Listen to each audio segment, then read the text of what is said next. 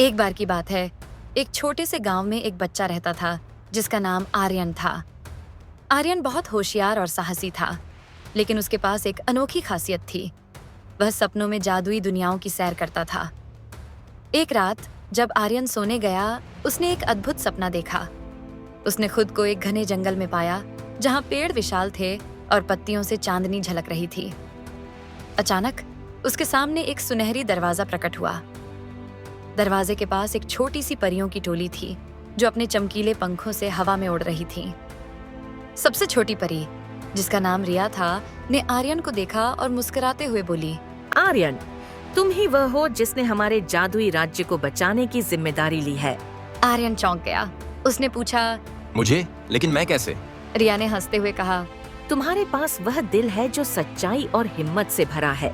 हमारे राज्य पर एक अंधेरे जादूगर ने हमला कर दिया है। उसने हमारी जादुई नदी को सुखा दिया है। अगर हम उसे वापस नहीं लाएंगे तो हमारे सभी जादू खत्म हो जाएंगे। आर्यन ने सोचा और फिर हिम्मत जुटाकर कहा, मैं तुम्हारी मदद करूंगा। मुझे बताओ कि मुझे क्या करना होगा। रिया ने आर्यन को एक चमकता हुआ पत्थर दिया और कहा, यह जादुई पत्थर तुम्हें उस जादूगर के किले तक ले जाएगा, लेकिन ध्यान रखना, रास्ता खतरनाक है। आर्यन ने पत्थर को कसकर पकड़ा और चल पड़ा। रास्ते में उसने कई चुनौतियों का सामना किया। एक बार एक विशालकाय सांप ने उसका रास्ता रोका, लेकिन आर्यन ने पत्थर की रोशनी से उसे शांत कर दिया।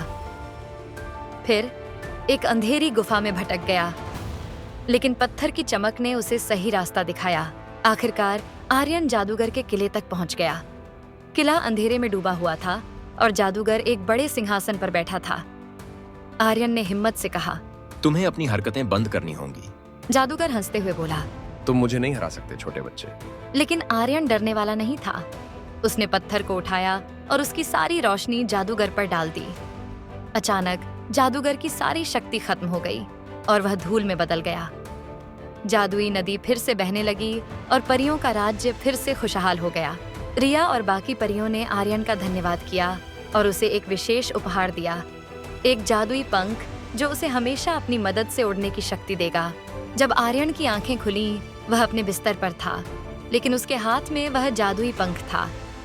वह जानता था कि यह कोई सपना नहीं था। उस दिन से आर्यन हमेशा अपने साथ उस पंख को रखता और जब भी उसे जरूरत होती, वह परियों के राज्य में जाकर नई जादुई यात्राओं पर निकलता। Tales with a twist. Like, share, subscribe.